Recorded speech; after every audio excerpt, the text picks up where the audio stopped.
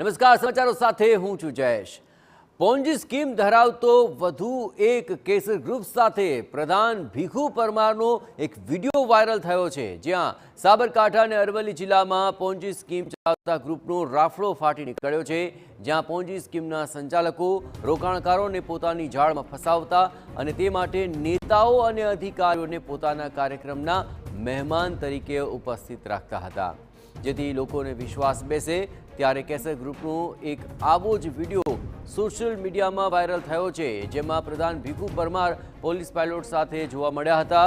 કેસર ગ્રુપના સફળતાના 3 વર્ષ પૂર્ણ થવાની વાત પર એક કાર્યક્રમ રાખવામાં આવ્યો હતો, સાથે હિંમતનગરમાં નવી ઓફિસનું ગ્રાઉન્ડ ઓપનિંગ પણ કરાયું હતું, જેમાં ભીખુ પરમારે હાજરી આપી હતી। ઓપનિંગ પહેલા સાબરકાંઠા અને અરવલ્લીમાં મસ્ત મોટા હોર્ડિંગ્સ લગાવીને મોટા ગ્રુપ અને મોટા સંચાલનનો માહોલ ઊભો કરાયો હતો। જોકે 1.5 માસ અગાઉ ખોલવામાં આવેલી ઓફિસને હવે તાળા લાગી ચૂક્યા છે। રાતના અંધકારમાં જ ઓફિસના બોર્ડ પણ ઉતારી લેવાયા। CIDની કાર્યવાહી બાદ સાબરકાંઠા અને અરવલ્લીમાં આવી પોન્જી સ્કીમની તમામ ઓફિસના શટર પડી ચૂક્યા છે। અત્રે ઉલ્લેખનીય છે કે અગાઉ પ્રધાન ભીખુ પરમાર અને તેમના પુત્ર બીઝેડ ગ્રુપના પણ અનેક કાર્યક્રમોમાં જોવા મળ્યા હતા। બીઝેડના કૌભાંડી ભૂપેન્દ્ર ઝાલાના ખૂબ વખાણ કરતા પણ જોવા મળ્યા। હવે વાત એ છે કે રોકાણકારોના શ્વાસ અદ્ધર થઈ ચૂક્યા છે કે તેમની મૂડીનું થશે શું।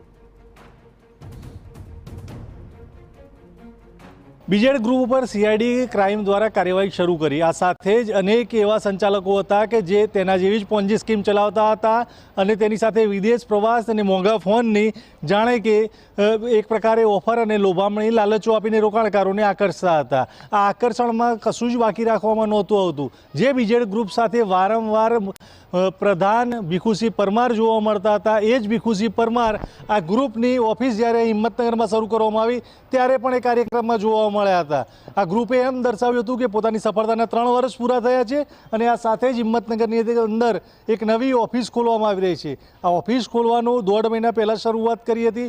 1.5 મહિના પહેલાં પ્રધાન ભીખુસિંહ પરમાર એક ચકાચક કાર્યક્રમમાં ઉપસ્થિત રહ્યા હતા અને 1.5 મહિનામાં જ આ પાટિયું જે છે ઉતરી ગયું છે। હવે ભીખુસિંહ પરમારને એ વાતનો ખ્યાલ નહીં હોય કે આ પાટિયું માત્ર 1.5 મહિનાની અંદર જ ઉતારી લેવામાં આવ્યું છે અને એ પણ CID ક્રાઇમના દરોડાની કાર્યવાહી થઈ ત્યારબાદ। હવે સવાલ એ છે કે રોકાણકારોએ ચકાચક સ્કીમો અને પ્રધાનને કાર્યક્રમમાં ઉપસ્થિત જોઈને અસમંજસ સર્જાઈ હતી કે પોતાની મૂડી જે છે તે ઊંચા વળતર સાથે સલામત રહેશે, પરંતુ હવે સવાલ એ છે કે સંચાલક રાતોરાત ગાયબ ક્યાં થઈ ચૂક્યા। હવે આ વાતને લઈને પણ તપાસ થાય તેની પણ રાહ જોવામાં આવી રહી છે। અવનીશ ગોસ્વામી, TV9 હિંમતનગર।